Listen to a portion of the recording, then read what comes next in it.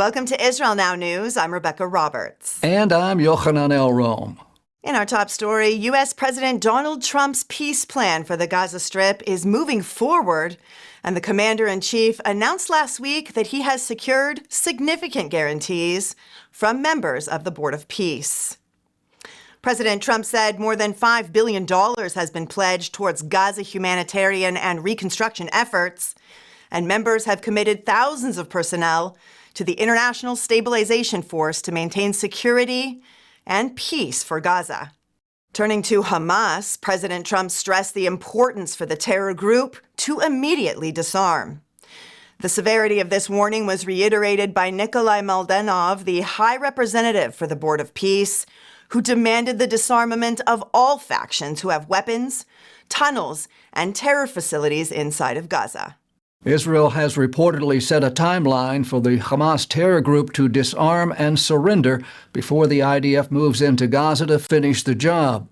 According to Israeli Cabinet Secretary Yossi Fuchs, President Trump requested an additional 2-month period to allow the radical Islamic terror group to willingly give up its weapons.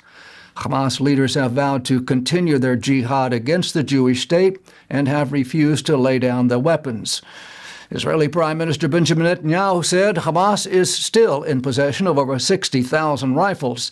These weapons were used during the October 7th genocide in Israel and caused the most damage.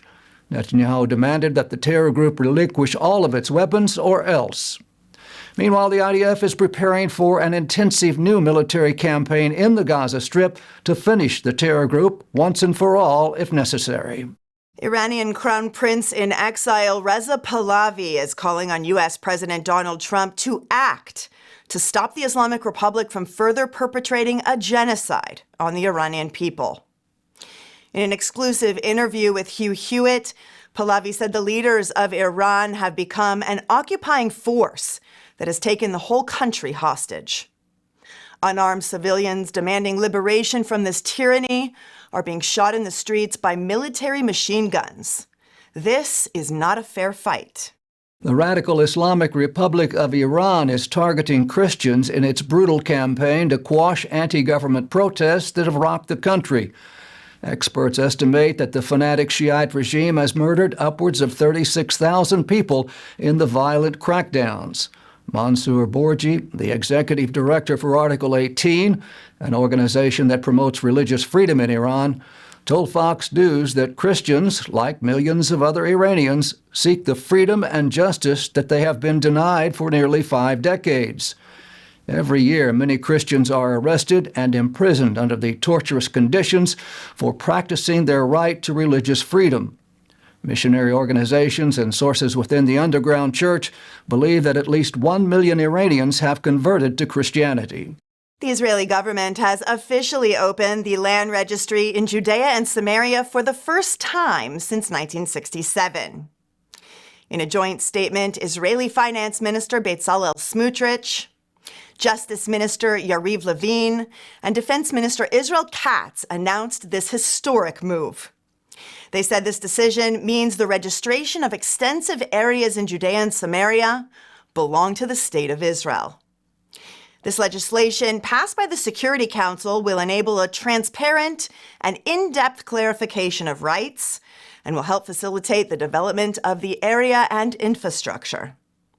Jerusalem recently repealed a racist Jordanian-era land law prohibiting the sale of land to non-Arabs, but not before the Palestinian Authority illegally registered over 1.3 million dunams of land in Judea and Samaria. Mike Huckabee, the U.S. ambassador to Israel, has agreed to be interviewed by controversial conspiracy theorist Tucker Carlson in Jerusalem. The two public figures clashed on social media after Carlson began vilifying Israel, Jews, and evangelical Christians. Last month, Huckabee slammed the talk show host for denying that Hamas is a terror group.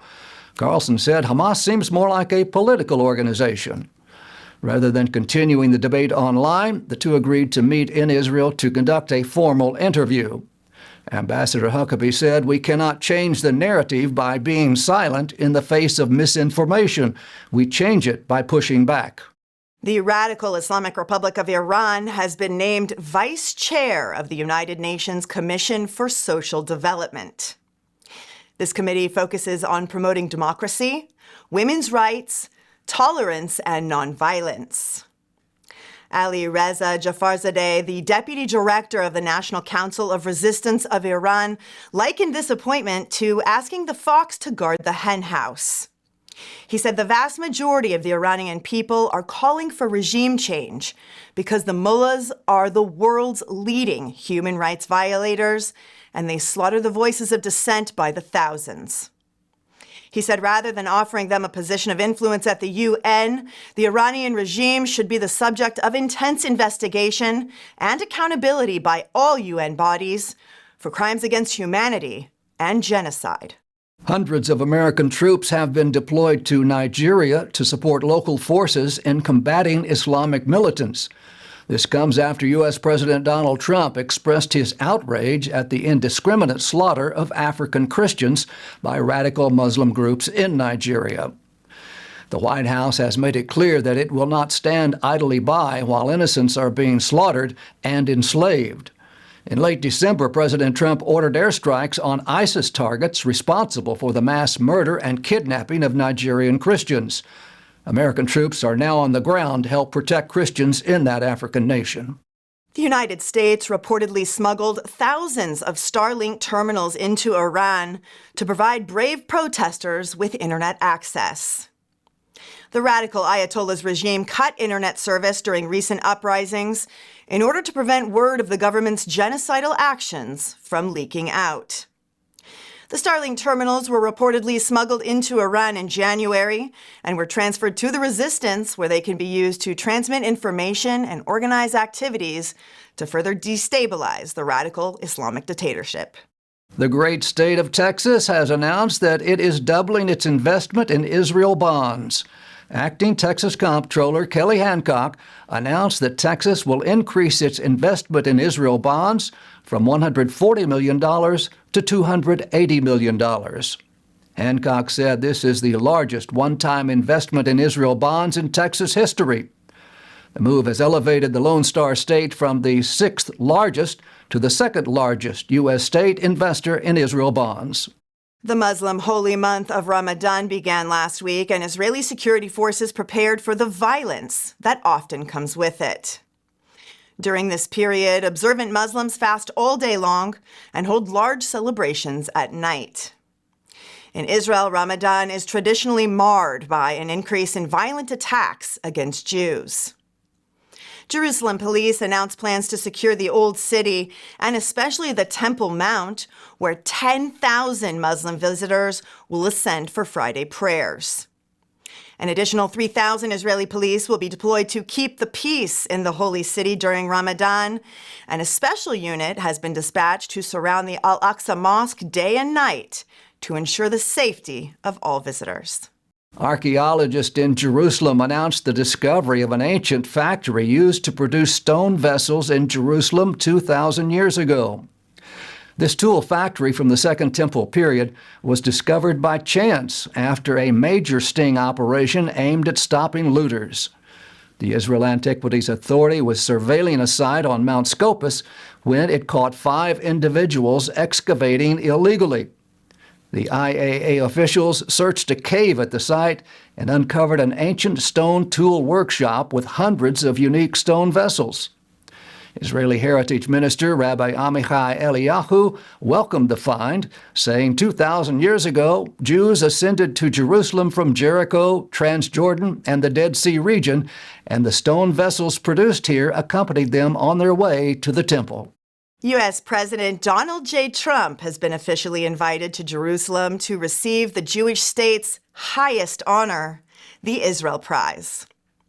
The president has been nominated to receive the prize for a lifetime of special contribution to the state of Israel and the Jewish people. This marks the first time that a foreigner will receive the Israel Prize. Minister Yoav Kitch explained, the historic decision to honor President Trump expresses recognition of his extraordinary contribution and its lasting impact on the Jewish people in Israel and around the world. This year's ceremony will be held on Israel's 78th Independence Day and will be a truly remarkable celebration of Israeli resilience.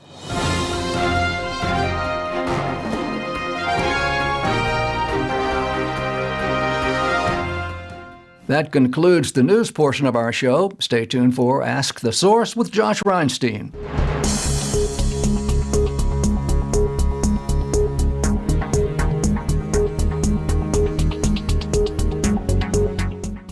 Hello and welcome to Ask the Source. I'm your host, Josh Reinstein, and we're here in our beautiful studio in Jerusalem. My guest today is Karys Rhea. She is an American political commentator. Karys, thanks for being on the show. Thank you so much for having me, Josh. Tell our viewers about what are some of the main issues that you're focusing on as a political commentator today? Well, for decades, I was focused on Jew hatred on the left and also in Islamist and Muslim circles. But today I've been spending all of my time looking into the anti-Semitism that has been festering on the right under the guise of America First. I myself identify as a proud MAGA conservative, big Trump supporter.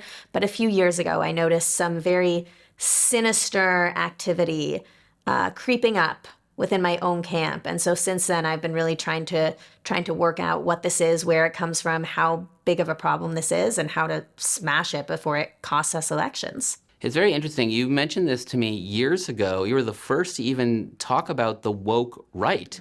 And I was like, what is she talking about? There's so much anti-Semitism on the left right now. Why are we focusing on the right? But then we saw what's going on with Candace Owens and Tucker Carlson, where it's just blatant anti-Semitism. How are you able to follow that trend to get to where it is today? Man, a lot of people think that it's just one factor that led to where we are today.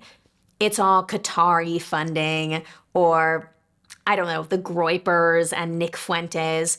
I've been looking at this as a confluence of multiple factors that came together to lead us to a perfect storm from which anti-Semitism can become normalized and mainstreamed. These factors include things like the pandemic, which made Americans much more conspiratorial, understandably. Things like just being reactive to the wokeness on the left, right? Telling young males that they're toxic and racist just for being white and male. Understandably, there's going to be pushback against that. And so maybe some of these young males are now embracing their own type of identity politics where they're basically saying, fine, I am racist. Well, it seems to be coordinated, though. That when I saw in the last 2 years during the 2-year war that we had, there was so much Qatari money going into these things in universities in America, in the protest movement, into influencers and bot farms. And then we also saw through TikTok, the Chinese were really pushing these anti-Semitic, anti-Israel things. Yes. So are you saying that a lot of this is just kind of popping up on its own, or do you see a coordinated effort here? I think that foreign actors are doing what the Soviet Union has always done, which is they find real fractures, real problems, real conflicts, real controversial figures that might not even be very big, and they amplify it. They monetize it. They weaponize it. And like you said, it's not just Qatar, it's absolutely China. It's also Russia. There is a playbook here. And I think absolutely they are using Israel and Jews as the cudgel because unfortunately that's a template that's already been written. They don't need to come up with anything new. They have centuries of resurrected tropes and libels and lies that they can play with. How effective is this strategy for the enemies of Israel? We see that the MAGA movement has completely rejected them. We see the president coming out and saying kooky Tucker Carlson and that there's no room in MAGA for anti-Semitism. Most of the mainstream Republicans have been very strong on this issue, including Ted Cruz, who's seen as a conservative stalwart. How effective is this? I think that it ends up, unfortunately, being very successful, particularly with the youth, because the youth, and when I say the youth, I'm talking into your 30s even, they are online 24/7. That is where they get their ideas. That is where they get their identity. And if our enemies can just move the needle even a little bit in terms of the culture, then that has downstream effects that could eventually translate into state-sanctioned policy, because we all know that politics is downstream from culture. So I think that a lot of this is very successful, and we're seeing it on the ground. I mean, I'm writing a book right now about this, and I've interviewed 100 or so Christians for my book, and they say that they are seeing this in their churches or in their conservative peer groups, not necessarily from their pastors or from their priests, but particularly from the young people that attend these churches. They're seeing this type of brain rot, this type of victimhood mentality where you feel like you, instead of taking personal responsibility, you need to blame the problems that you are facing or the problems America has on some other convenient scapegoat, which more often than not ends up being the Jews. We see that on the woke left. It's been very successful. We see the squad in Congress and members of the Democratic Party parroting these messages. We see Antifa, we see Black Lives Matters, we see an incredible convergence of anti-Semitism. Do you think that's the future of the Republican Party? It could be if we don't stop it. I mean, look at what happened at the beginning. We just had a few members, the squad, as you just mentioned. And before long, it took less than a decade, and now the entire Democrat Party is beholden to the progressive neo-Marxist revolutionary left. I don't know why we would be so naive or arrogant to think that that couldn't happen to us. Karys, there are literally tens of millions of people watching this show. What message do you have for our viewing audience? Number one, everyone should try to make it to Israel and learn about this country. Don't just listen to what you're hearing on podcasts or the media. Actually come here and learn for yourself. And also, I think that it's really important for Christians to understand that there is a link from the Old Testament to the New Testament. And those Christians that you're listening to that are trying to split up the two and divide us, those people are not contributing to the flourishing of society and humanity. We are so much stronger together than we could ever be divided. So do not listen to the people that are trying to separate Jews from Christians. Karys, thank you for being on the show. And thank you for tuning into Ask the Source. I'm your host, Josh Reinstein. Now back to the studio.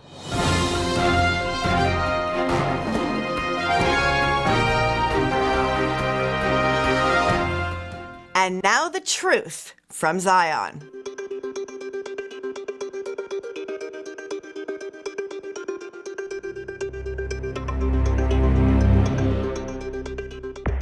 Iran's global terror ambitions are not confined to the Middle East. In recent years, the fanatic Islamic Republic has extended its reach into Latin America, quietly building networks, strengthening proxy armies, and exploiting weak governments in order to establish a strategic foothold south of the U.S. border. Iran's ties to Latin America go back decades, but under the current radical Shiite regime, those ties have deepened into an active, coordinated campaign of influence and subversion.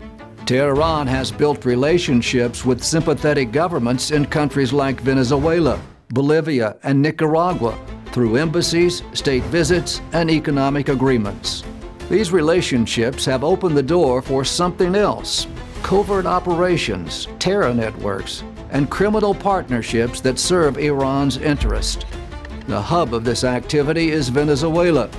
Iran and the regime of President Nicolas Maduro have developed close ties, both ideological and operational.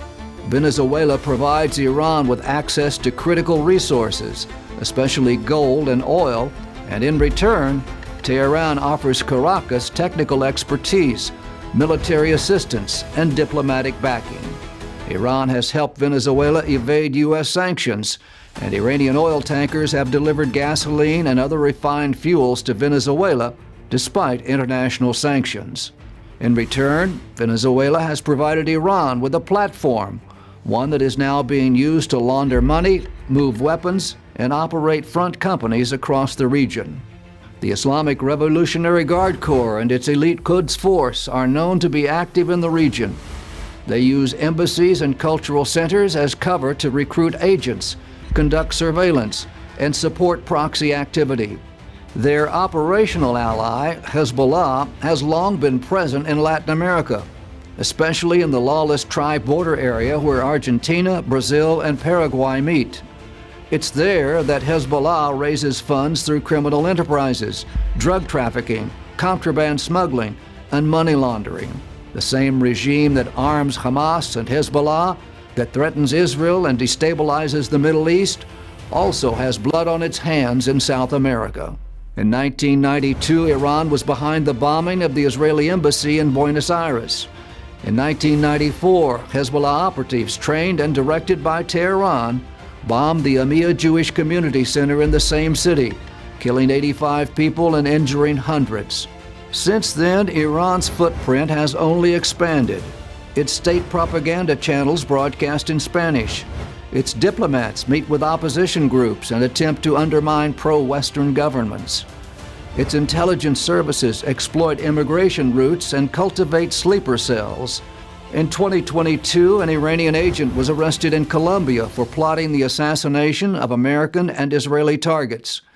In 2023, the U.S. government warned that Iran was actively seeking to build networks capable of striking American and allied interest in the Western Hemisphere. In 2024, Hezbollah-linked individuals were discovered raising money through businesses in Central America. By partnering with anti-American regimes, Iran undermines U.S. influence in a region that has been historically seen as part of the Western democratic sphere. By infiltrating civil society groups and co-opting media channels, Iran spreads antisemitism, anti-Israel conspiracy theories, and radical ideologies. By working with drug cartels and black market financiers, Iran creates links between terrorism and organized crime. The United States has started to respond. Under President Donald Trump, Iran's terror network was placed under tighter scrutiny. Sanctions were expanded to cover Hezbollah operatives in Latin America, and new diplomatic and intelligence partnerships were formed with allies across the region. Iran has spread its terror web into Latin America.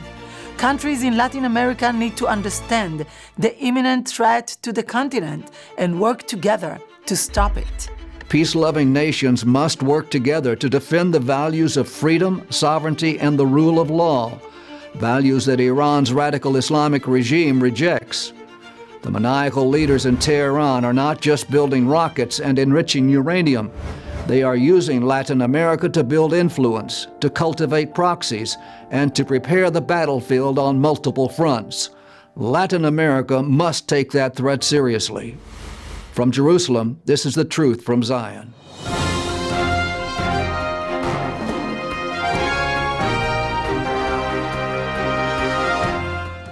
Up next, shining light from Israel.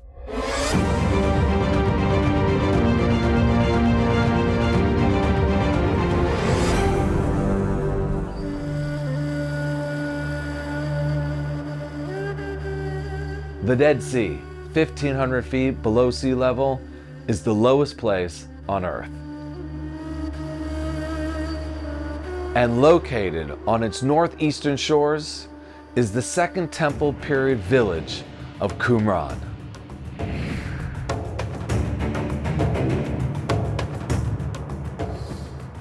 Qumran was settled towards the end of the Second Temple period by a Jewish sect known as the Essenes.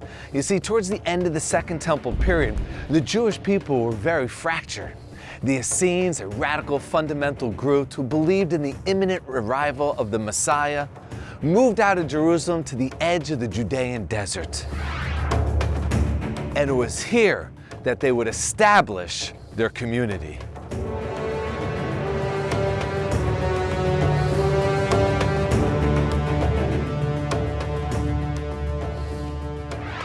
The Essenes went so far in their rejection of Jerusalem that they began to pray towards the east and the rising sun. However, one of the elements of Judaism that they held true to was the idea of spiritual purification in a ritual bath known as a mikvah.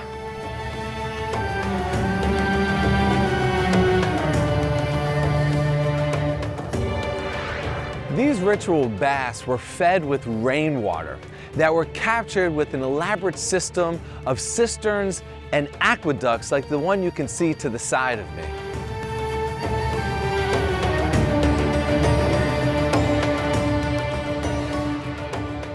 The ritual bath, known as a mikvah, played an integral role within the society here of Qumran. Every mikvah would be divided with a wall down the center.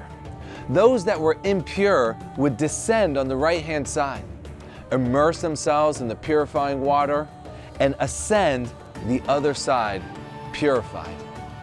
And this is the origins of the Christian tradition of baptism.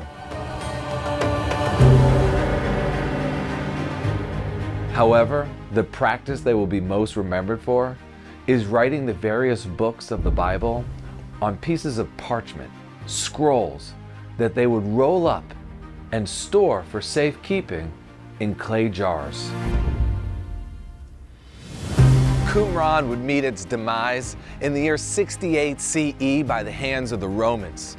But before they could destroy the city, the residents here took those sacred scrolls that they had written and they hid them in the caves that you can see behind me, as well as several more that speckle the cliffs that run along the shores of the Dead Sea.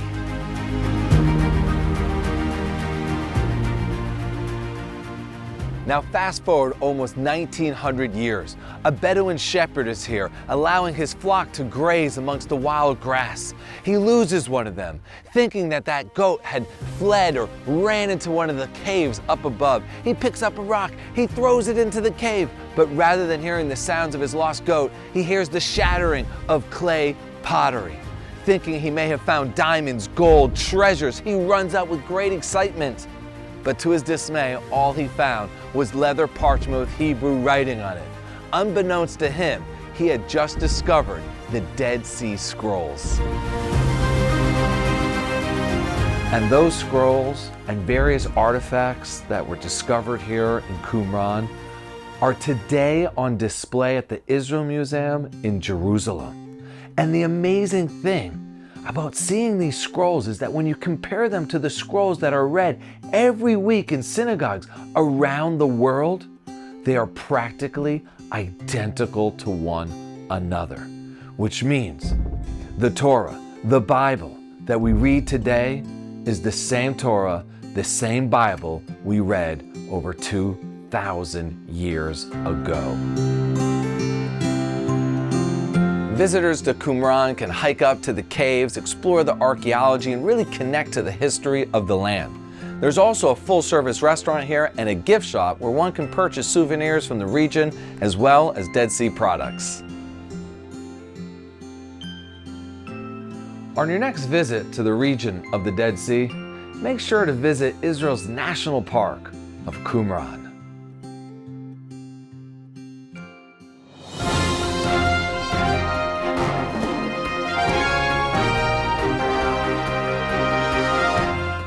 That's all for this edition of Israel Now News. I'm Rebekah Roberts. And I'm Yochanan Elrom, reporting from our studio in Jerusalem. Join us again next week for all of your Israel updates.